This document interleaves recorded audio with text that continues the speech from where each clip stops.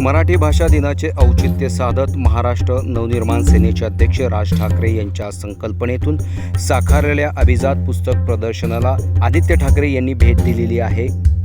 ही दृश्य आहेत महाराष्ट्र नवनिर्माण सेनेने आयोजित केलेल्या अभिजात पुस्तक प्रदर्शनातील। या ठिकाणी आदित्य ठाकरे हे पुस्तक प्रदर्शनाला भेट देण्यासाठी आलेले आहेत। सर हॅलो, माझं नाव सुशांत आहे आणि 5 रुपये के 5 कॅर म्हणून एक पुस्तक केलं आहे मी। हिंदी कवितांचं पुस्तक आहे। गझल फॉर्मॅट जसा असतो तशी शेरो शायरी आहे बेसिकली।